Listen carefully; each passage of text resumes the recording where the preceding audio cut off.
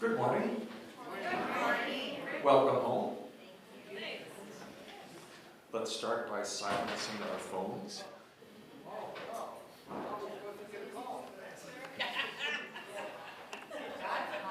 You know, most of the time I can't even hear my phone ring. And my son said, I tried to call you 3 times today and you didn't answer. You should get your hearing checked. So I went to the doctor and I got my hearing checked, and the doctor said, Rick, I got some bad news. You're going deaf. And that was hard to hear.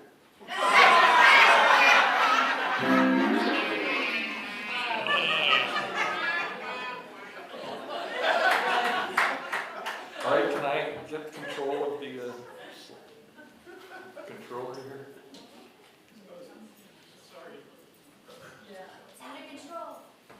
Uh-oh, we're sorry. Sorry, now you're over.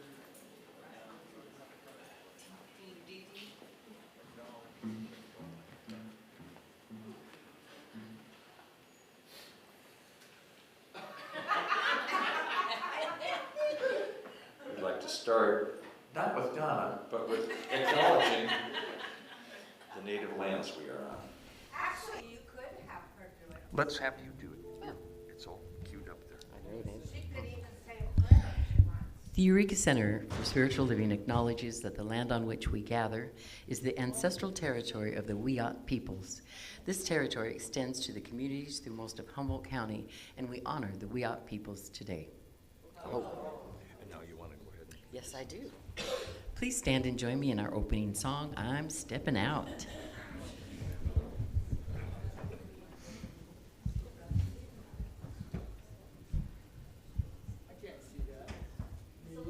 I'll sign it to you.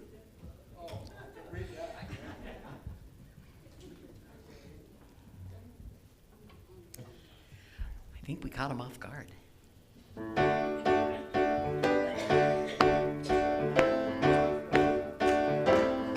I'm stepping out into a world of possibility. I'm stepping out into a whole new way to live. There's so much waiting for me. Path is clear before me. I've got so much that I have yet to give. I'm stepping out and I'm committed to integrity. I'm stepping out, releasing every fear and doubt. The road just keeps on turning, and every step I'm learning what this life is all about.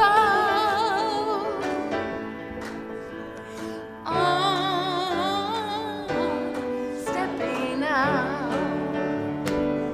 I'm stepping out into a world of possibility.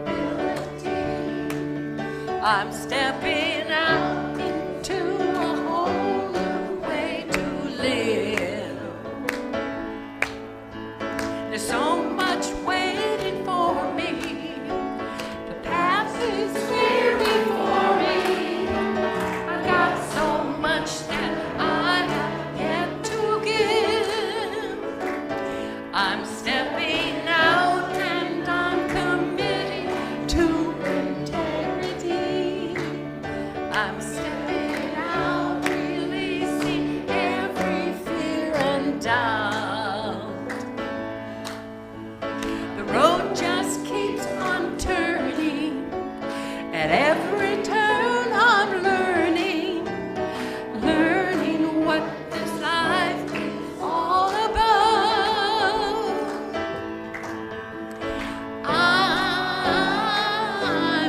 stepping out. Here we go. I'm stepping out.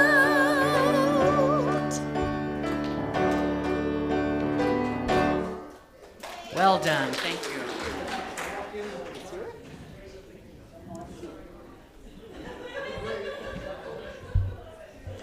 Thank you, Donna.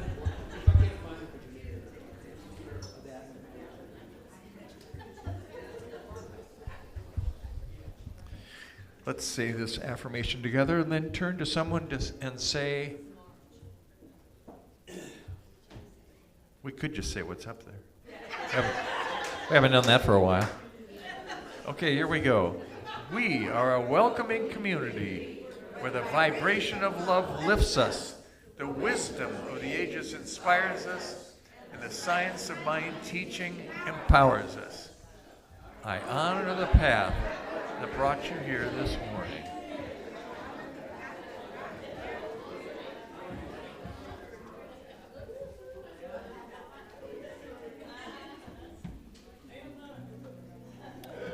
We have Crafternoon coming up. Help decorate with peace doves. Let me just say one thing. We're not going to be folding the Japanese peace doves. I ordered some really neat die-cut doves that look like what's up there. We're going to individually carve them or sentimental them or whatever we want to do, and then they will all hang in strings. Nice. So we don't all have to go crazy trying to do those cranes.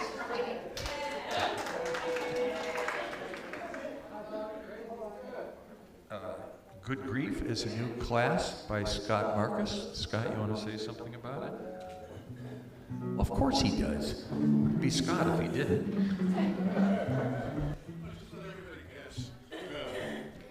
Good morning. This is the last Sunday to sign up for Good Grief. Because although it doesn't take place it doesn't start till the 23rd, I've got to order books. So if you do want to come afterwards, you make up your mind afterwards, that's fine. You'll have to get your own book. But I'm ordering, the class is limited to 20. Let me back this up a little bit. This is a class that is dedicated to helping us deal with, understand, and process grief on any level. Not just grief about the passing of somebody or the passing of a pet, grief about the loss of a dream, grief about moving, grief about a relationship ending, grief about the state of the world. Whatever it is, Angelica, Susan, and I took a version of this class from this book, the Grief Recovery Handbook, which is what I've got to order today, from this Grief Recovery Handbook, and it was, I know I've said it the last few weeks, it was the most powerful class I have ever taken, and we are trying to recreate it. And let you experience what we went through. So you will not only come to understand grief, you will get to graph some of the most significant events in your life and how they have affected you. You will get to process healing on that. In the end, just kind of going from the back to the front, you will end up writing a letter to someone, something, some event to help heal whatever it is. So if you would like to sign up, the class is $99. If you have already signed up, I would like you, if possible, to pay me today, cash or check. If you want to do it via PayPal, that's fine, but the people who have done that online via PayPal added a $7 fee, which I would appreciate it if you can, to cover the processing, because we're already subtracting a lot out of this. Sign-up sheet is over on the side, and then if you have already signed up or you have questions, see me afterwards, and I will be glad to talk to you about it. It will be a very powerful experience for any of us who attend. Thank you. Thank you, Scott. Oh, it's Thursdays starting January 23rd from 10 to noon. And then for those people who cannot do that period, if you want to sign up for a future Zoom class, you can go to that, like to go to Zoom in the future.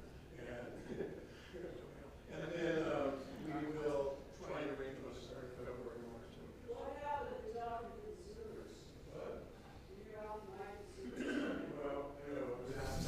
Zoomers, Scott just said a whole bunch of pertinent information that you didn't hear. Anna pointed out, why aren't you talking to the Zoomers? So please check your newsletters. And yes, they can see the screen. Brian said that you can see the screen. Anybody else want to chip in here and complain about something? Okay. Jeff? Zoomer's Jeff Smoller says hello.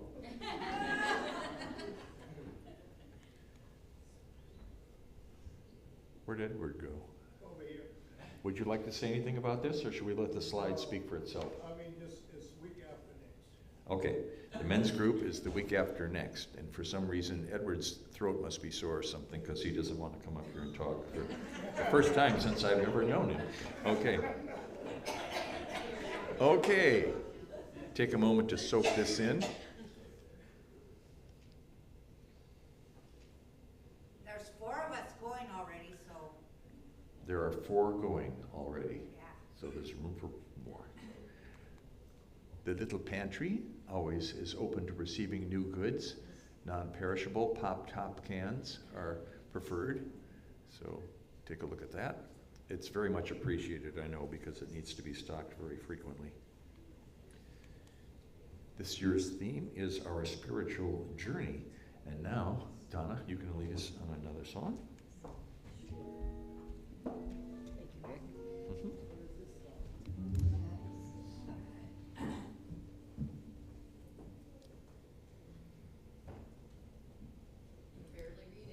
Transitions.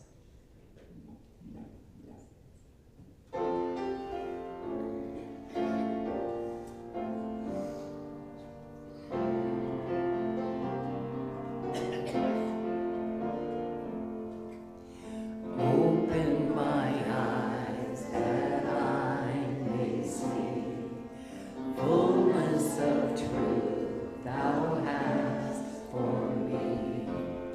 Place in my hand the wonderful key that shall unclasp and set me free. Silently now I wait for thee. Ready, my God, thy will to see. Open my eyes, illumine me. Spirit divine, my eyes are open now, I see fullness of truth thou hast for me. My hands now hold the wonderful key that opens the door and sets me free. Joyously now I work with thee. Ready, my God, thy will to see. My eyes are open now, I see. Spirit divine.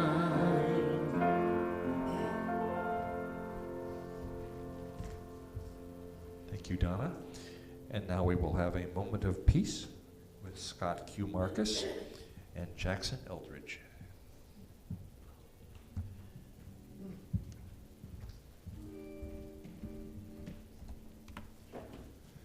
Good morning. For those who are not used to this, we take a couple of moments now and focus on some aspect of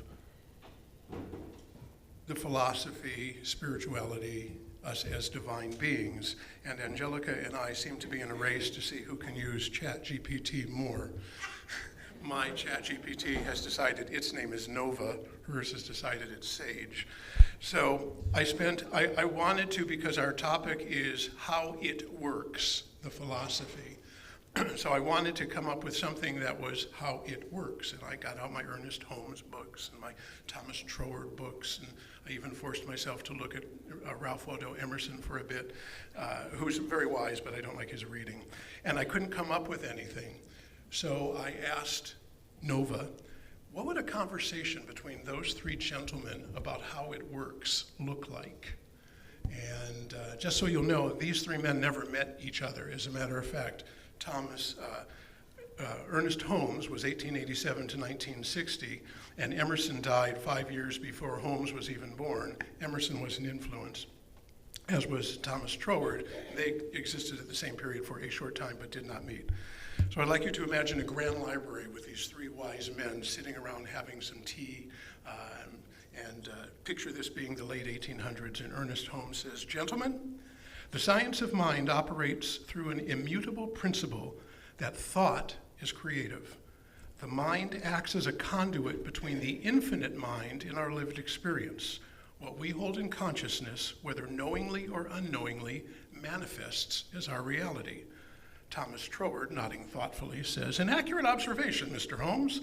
The process is, at its core, one of cause and effect. Spirit is the first cause, and thought is its expression.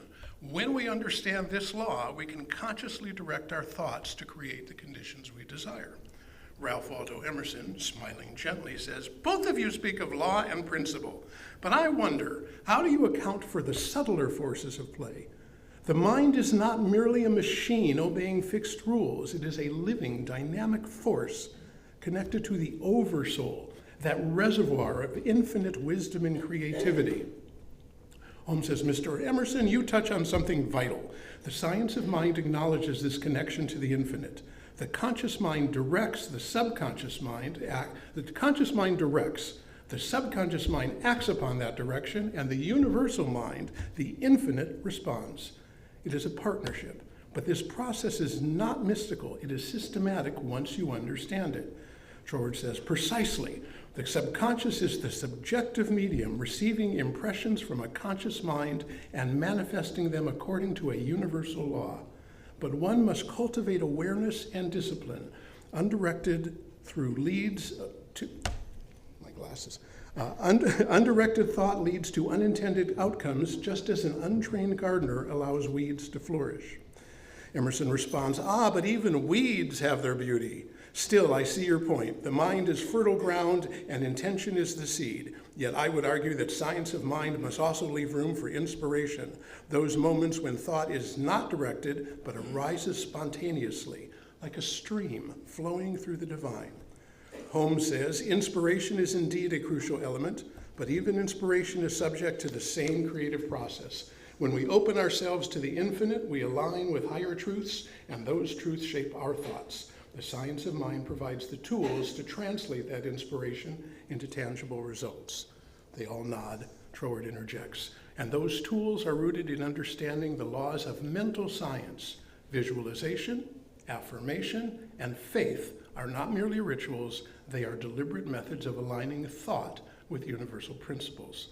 The clearer the mental image and the stronger the conviction, the more effectively the universe responds." Emerson chimes in, "It seems then that the science of mind is both an art and a science. The art lies in the soul's ability to dream, to envision. The science lies in the method of bringing those dreams to fruition." Holmes raises his cup and says, "Beautifully said, Mr. Emerson. The science of mind works because it bridges the infinite potential of spirit with the deliberate power of thought. It empowers us to be creators in our own right." Troward joins the toast and says, "To the mastery of mind and the discovery of our divine heritage," and Emerson closes it off as he lifts his cup and says, "And to the infinite potential within us all." The three men share a moment of quiet reflection, which we are about to do. The glow of fire matching the spark of shared understanding, their conversation continues, and so it goes. So take a moment and contemplate anything within that appealed to you.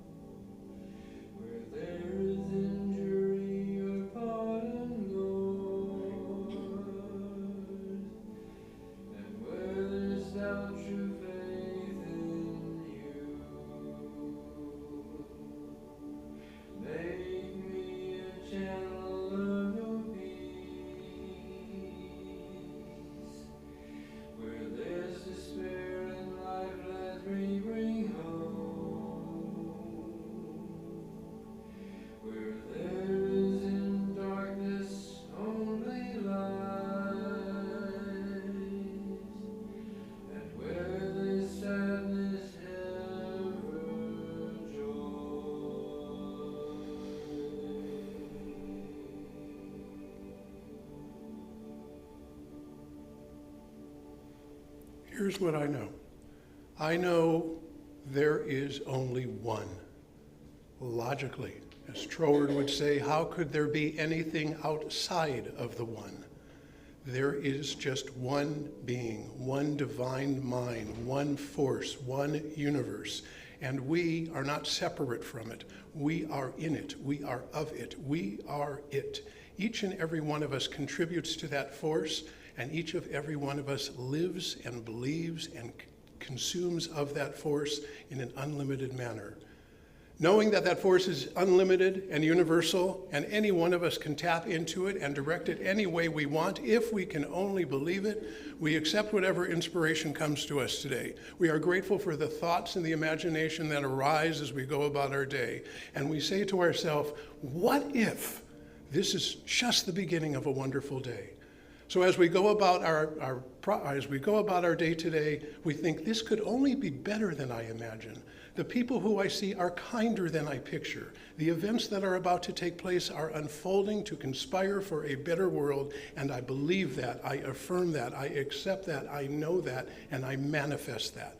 And for this world that I am creating in conjunction with everybody else around me, I am so grateful, and I give thanks and release these words into the law of mind, knowing that they have already been happening, and all I needed to do was embrace, accept them, and know them. And I close this by saying, together with this group, and so it is.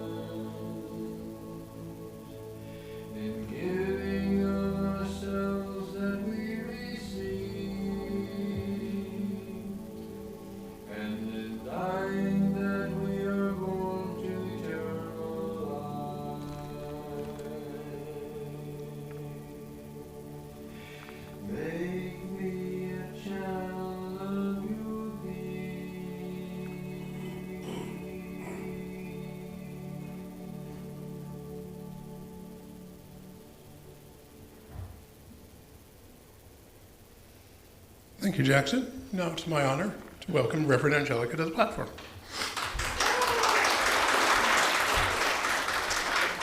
My pleasure.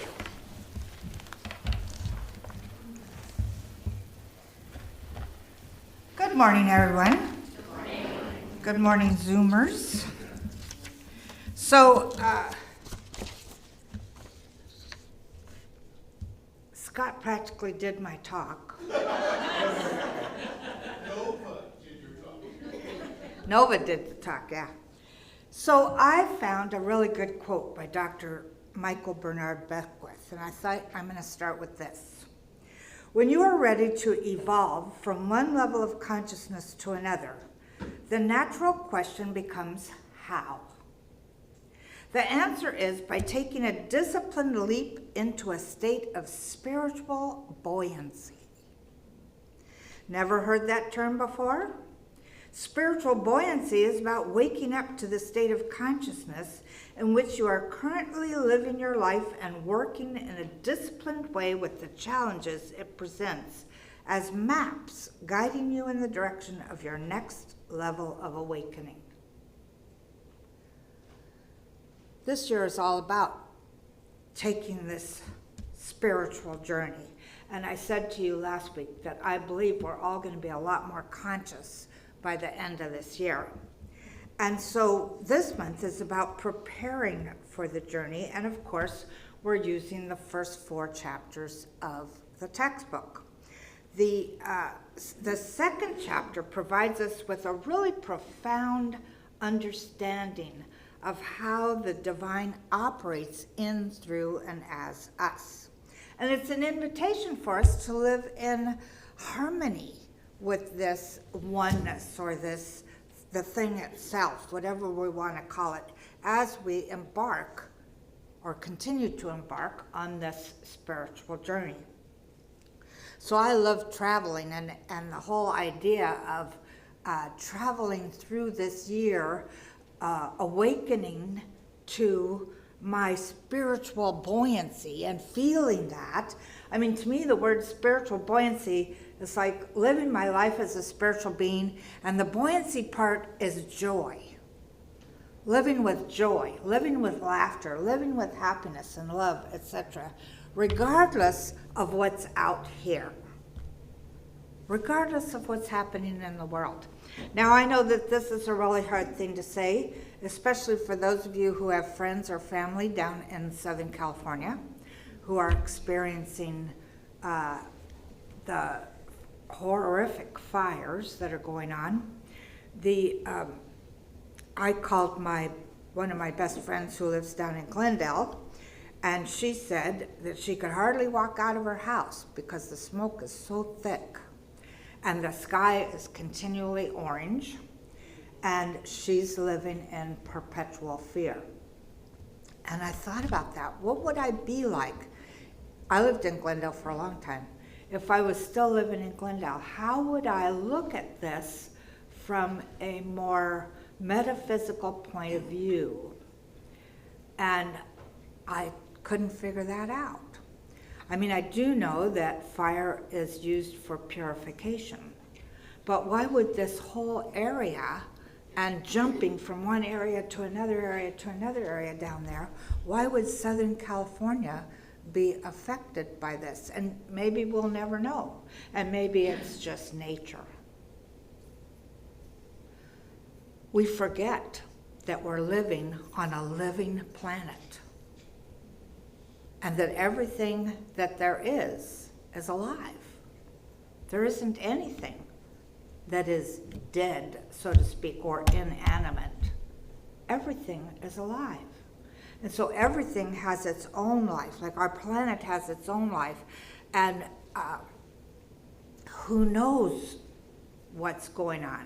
But what I do know is that, and as I told my friend, when you do go outside, bless the land that you live on.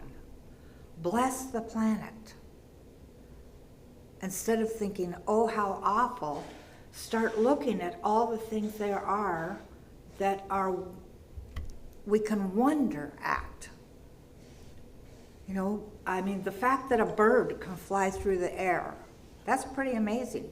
Most birds have fat little bodies, and, you know, it doesn't seem like they should be able to fly. So, and that a weed can go through solid asphalt and come up and bloom. I mean, all this stuff is something to wonder about. And so that's what I realized what I would be doing. And what I do most of the time is I allow myself to look for the things that are, that give me a sense of wonder and amazement. To look at that. So Dr. Holmes starts this chapter by asserting that there's a creative intelligence, an infinite mind at the heart of all existence. This intelligence operates as law, responding to the impress of our thoughts and our beliefs. He writes, "The law is an unchangeable force. It is impersonal and neutral. It does not argue, it simply works." In other words, this divine law is not only the source, but it's the process of how that source works. It's the giver and the mechanism through which all of life unfolds. It's what we are, in truth. So again, as I said before, we're setting out on a journey to raise our consciousness. And so for me, when I was thinking about this journey that we're taking, it's like the divine is the road beneath our feet and the wind behind our backs. And it's ensuring that all of our steps are supported and propelled forward. If you agreed with me that we're on a spiritual journey, then watch out. You know, some amazing stuff is going to happen. And the thing is, we choose the direction. The universe supports us in this journey, but we choose the direction. So the way it works is through us. We have to make a choice. I'm saying my choice is that this journey is going to be full of wondrous moments. I'm choosing not to live in fear, not about fires or environmental issues or political issues or any of that. I'm choosing to live in a place where I acknowledge the divine at each and every moment. That's our role, I believe, in this creative process, is to acknowledge the divine. And so, you know, those of you who are gardeners, and Scott mentioned it as well, what seeds are we planting for this year? We have to remember that the ground is fertile, and that whatever seeds we plant, be it seeds or weeds, perhaps of fear, or seeds of possibility, they're going to grow. Whatever seeds we're going to plant, they're going to grow. Now, one of the things I love about this teaching is that when we realize that, I've planted some weeds, we can immediately change our thinking and change our life. That's the headline that's been on the Science of Mind magazine for almost 100 years. Change your thinking and change your life. And you can do it like that, or you could take a long time doing it. It depends on what you choose. Holmes also says, the law knows how to make the seed sprout and grow. Our job is to plant and trust. To plant and trust. So for me, I've always thought that Science of Mind was one of these teachings that is really easy. I mean, all I have to do is pick something, and the universe says yes. That's the universe's word. And yet, I don't have to figure out the how. I just have to make the decision. I have to put my thoughts and my actions toward that which I desire. So it is an easy teaching, but it's also a hard teaching, because we have to remember that. We have to practice faith. We have to release any fears that we have. We have to release worry. We have to just let go and let God do the work. So it reminds me, this whole second chapter reminded me of a story. So 10 or so years ago, I got the phone call that I had been accepted for this center. And I got really excited. I didn't know why I was excited, though. I mean, I knew that when I came here for the 4 or 5 days that I was here, and I got to feel the energy of Eureka, I loved it. I also got to go to the Saturday market in Arcata, and I thought I was going to end up living in Arcata. But the idea of driving across the country, I had no idea how long that would take, with 2 cats in cages in my back part of my car, hearing the whole way. All of that was kind of, that didn't really feel that good. However, and the thing that really didn't feel good was I thought about the fact that I was going to have to find a hotel or motel that would accept pets and be there while I was looking for a place to live. And so all of a sudden, a few days later, I got another call. This time it was from a woman named Maureen Harrington, who was the president of the board at that time. She asked me if the search committee could help me look for a place to live. And of course, I said yes instantly. Then she says, well, what do you want in a home? And I was like, I want to be able to see green outside my window, I think was the first thing I told her. And I want a bathtub. And then I said, you know what? What I really want to do is finish my drive across the country by parking in my driveway and being home. Well, the universe got to work. Brian was gassing up his truck at Renner, and one of the other drivers said, "Hey, you wouldn't happen to know of somebody who's looking for a place to live, do you?" And Brian said, "I just might." And the next thing I know, Donna and Maureen, and I'm not sure who else, went to look at this place, sent me some pictures. I got an email, and I said yes. I did drive across the states into my driveway, and oh my God, when I went into the house, there was a huge poster on the wall that said, "Welcome home." There was furniture in every room. There was food in the refrigerator, and there was toilet paper in the bathroom.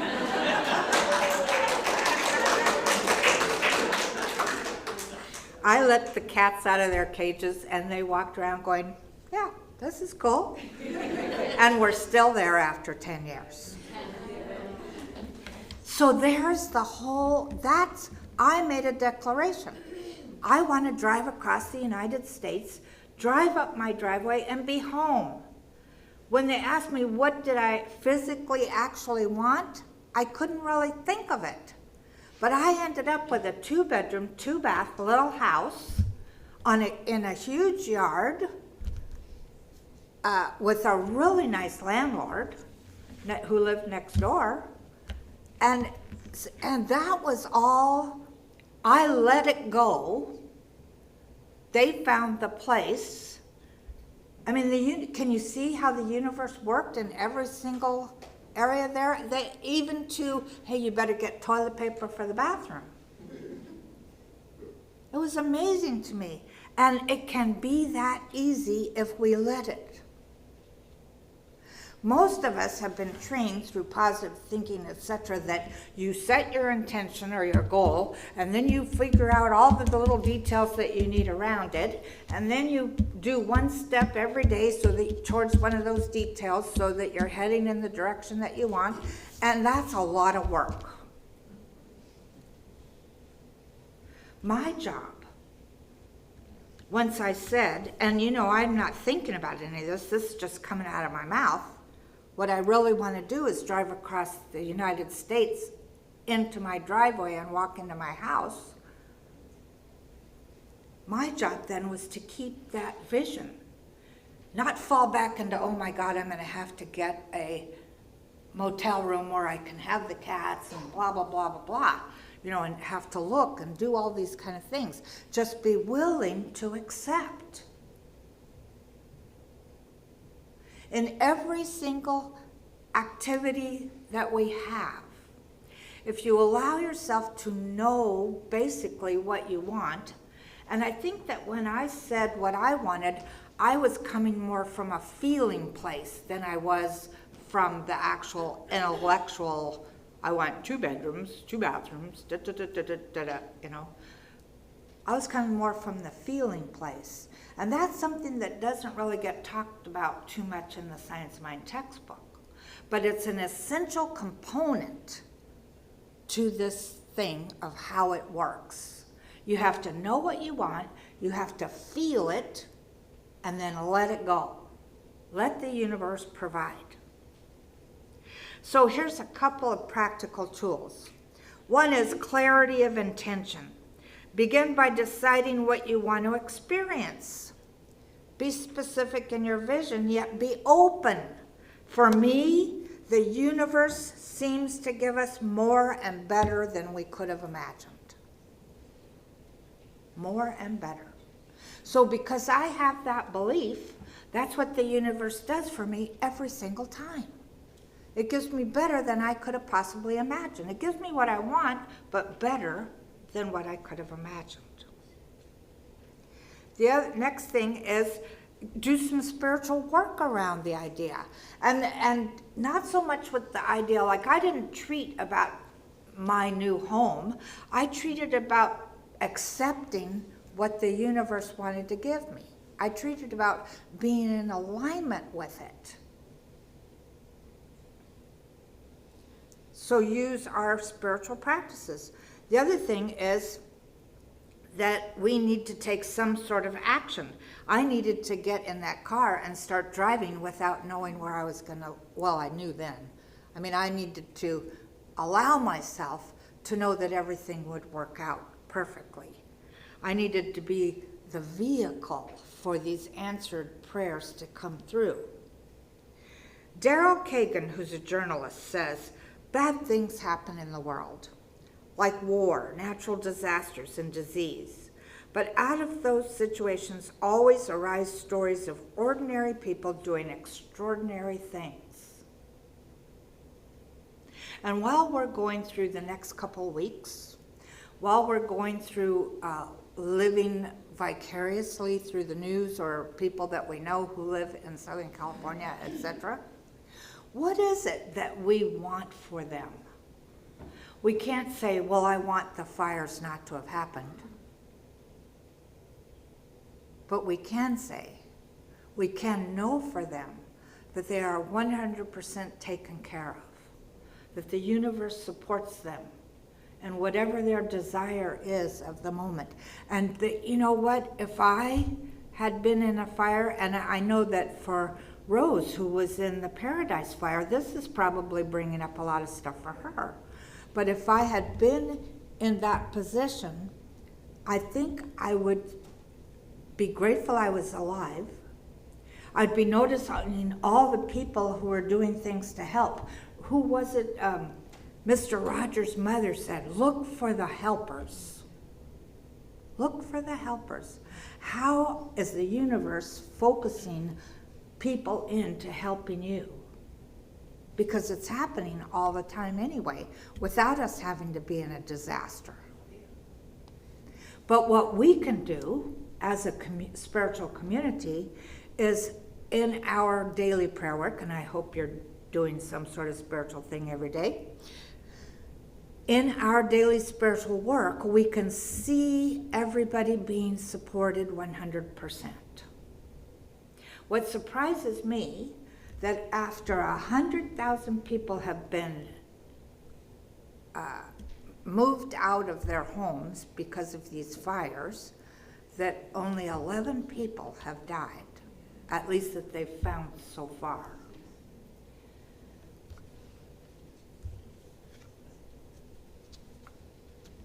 And it amazes me that you watch people's reactions. Like some of the fire hydrants were out of water in the Palisades, Pacific Palisades. And so immediately there's all this trash talking going on about how bad the city is and why didn't they ever check those hydrants and blah, blah, blah, blah, blah, blah, blah. And I'm thinking, wait a minute, there's a hell of a lot of water being used right now. No wonder some of them are drying up. It's not attached to something that's infinite. But, you know, so don't allow yourself to buy into any of that kind of stuff. Around the political situation as well. You know, the truth is, all of this, everything is happening for our higher good. What does that mean? I don't know. But we will know later. Everything is happening for our higher good. So my job, your job, is to pay attention to how this works, because regardless of whether you've studied the science of mind or not, it works through you all the time. It's done unto you as you believe. That's a basic law. That's what Jesus said that. The great masters in India have said that. Buddha said that. All in different ways, of course, but it is done unto us as we believe. So my job, your job, is to look at, what is it that I want to believe? What do I want to believe right now? Do I want to believe that there's some grand conspiracy shit going on? Or do I want to know that this too is God?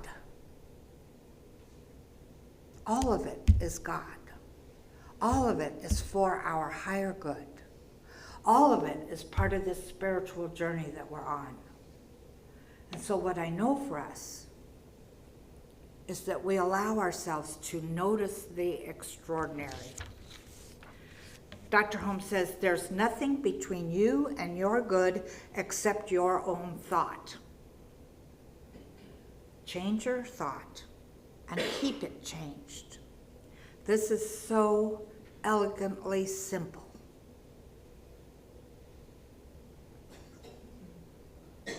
So I'm going to know that we move forward with intention for a higher good for our country, for the planet, for ourselves. And we remember that regardless of appearances, everything is working together for a higher good. And I'm going to stamp my foot and declare that every single moment. This too is for our good. So let's go into prayer.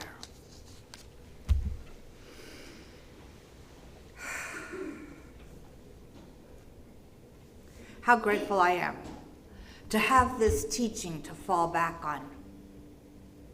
How grateful I am to know that there is that which is the supreme power, which is infinitely intelligent and unconditionally loving and is everywhere present, absolutely everywhere, even in the direst of situations. This great oneness is there.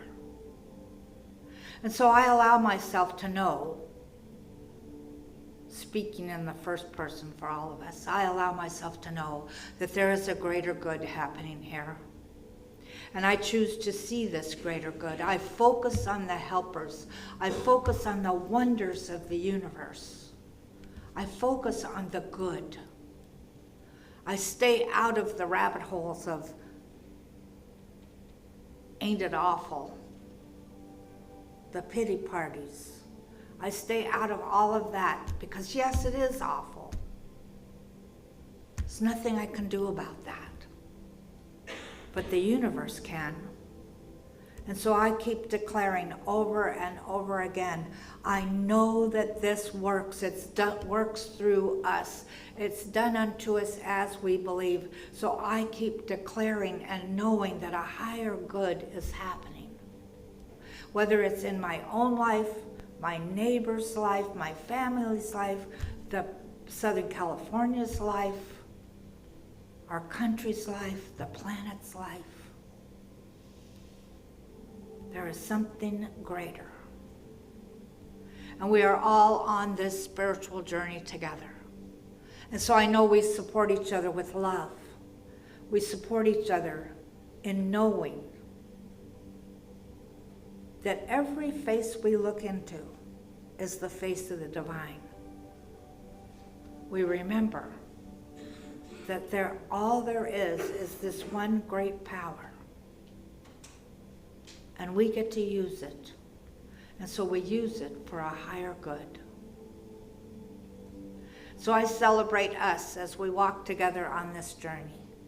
And I celebrate knowing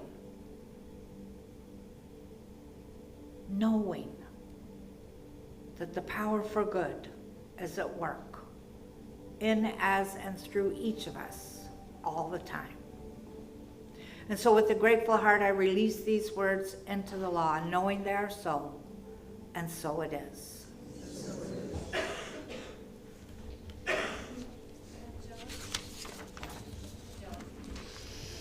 Is there anyone that's going to be traveling down there? 'Cause I have like clothes and stuff, and I don't know where Red Cross is taking down You there. have a ton of stuff, what? To donate. You have donations.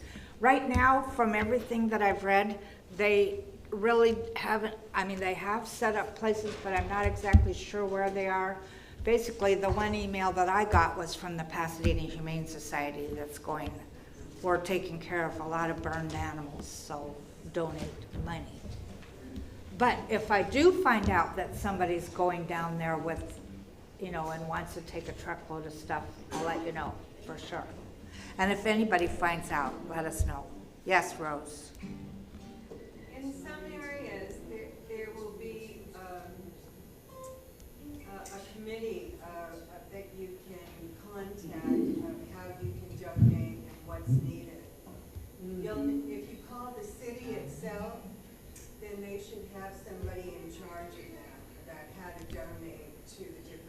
And it'll be coming through on emails and our paper and stuff like that too, I believe. I know that, what is it called, World Kitchen? They're taking donations and they're already working. Yes. Yes, World Central Kitchen. World Central So Kitchen, this is right. on every major television network and all in the internet, Facebook and everything. Just Google it. So obviously Anna's our singer this morning. Yay! Thank you, Anna. It's all alive. It's all intelligent. It's all relatives. This is a song about death. And I did it because, by Ruthie Foster, check her out. But I did it because of the grieving thing. And also because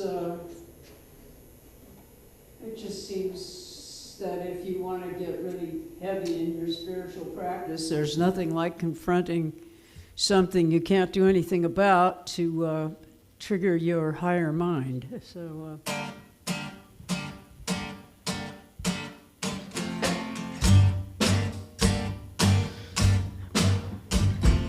Death come knocking on my mother's door saying, "Come on, mother, ain't you ready to go?" She stepped right down, buckled up her shoes, and moved on down by the Jordan stream. And then she shouted, "Hallelujah, done my duty, put on my traveling shoes." And then she shouted, "Hallelujah, done my duty, put on my traveling shoes." This is the same thing over and over. Death come knocking on my sister's door singing, "Come on, mama, ain't you ready to go?" My sister stepped down, buckled up her shoes, and moved on down by the Jordan stream. And then she shouted, "Hallelujah, done my duty, put on my traveling shoes." And then she shouted, "Hallelujah, done my duty, put on your traveling shoes."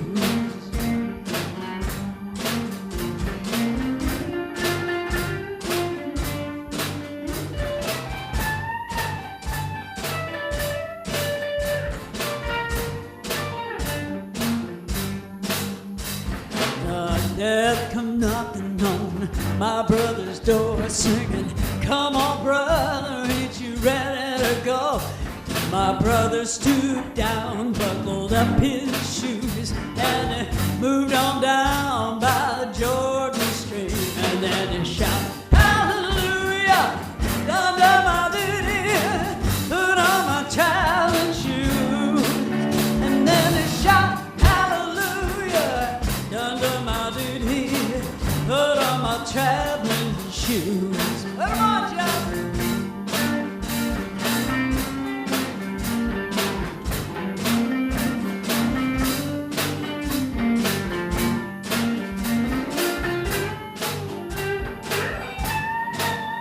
Well, death come knocking on my father's door singing, "Come on, father, ain't you ready to go?"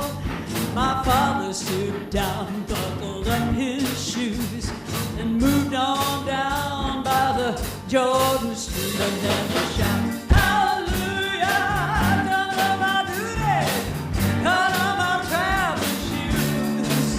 And then he shouted, "Hallelujah, done my duty, put on my traveling shoes."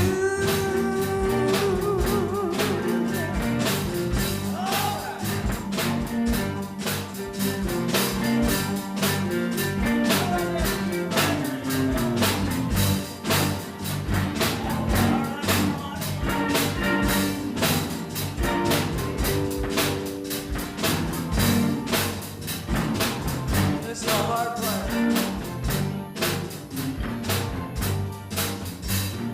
Death come knocking on my front door saying, "Come on, Anna, ain't you ready to go?" And I I stooped right down, buckled up my shoes, and I moved on down by the Jordan stream, and then I shout, hallelujah, don't know my duty, put on my traveling shoes. And then I shout, hallelujah, done my duty, put on my traveling shoes. What do you sit there for? And then I shout,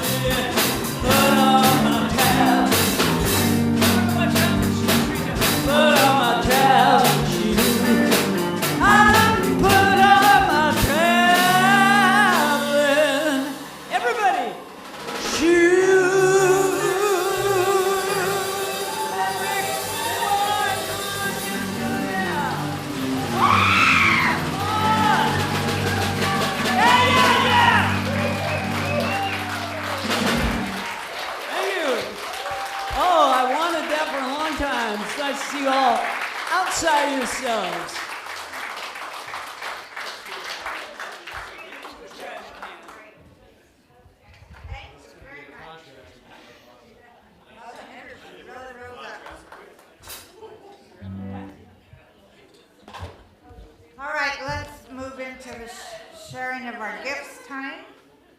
Let's say this affirmation together. I gratefully give from the fullness of my abundance, knowing my gift blesses the center, all in it and beyond, and so it is.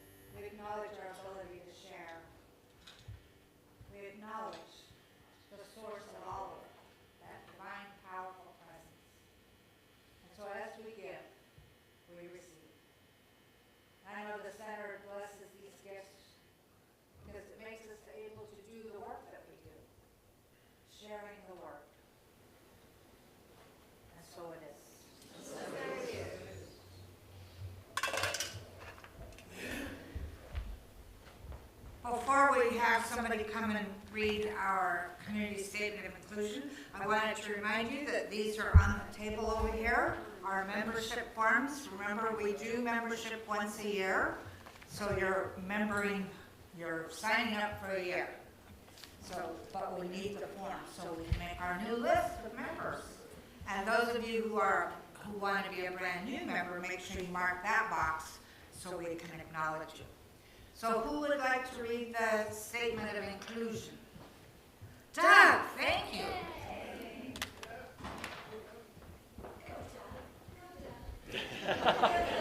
Cheer me on. All right.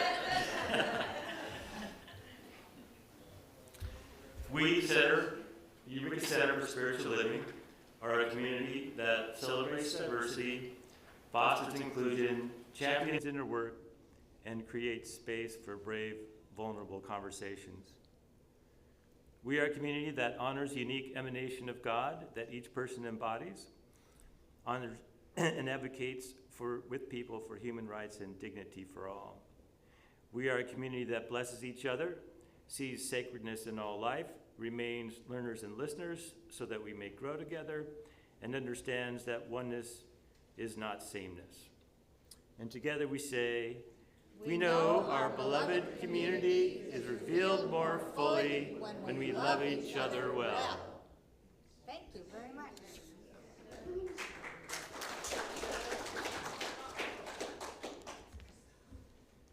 All right, I believe we're going to have a special song. Our closing song is going to be special. So if you would like to stand up, and are you ready, Ari? What?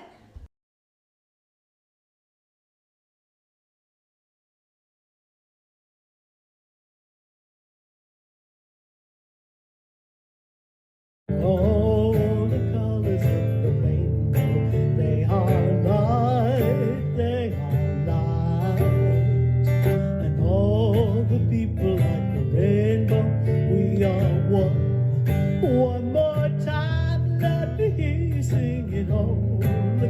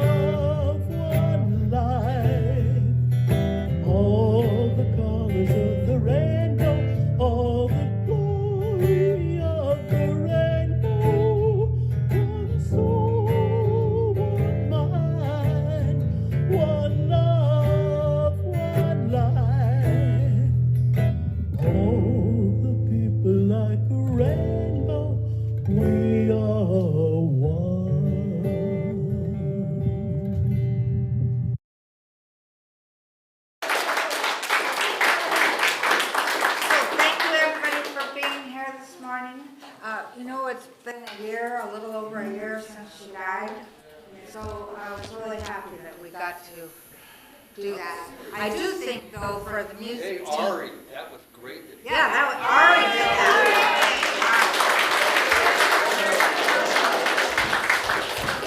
I do think, though, that last little bit is too high for most of us.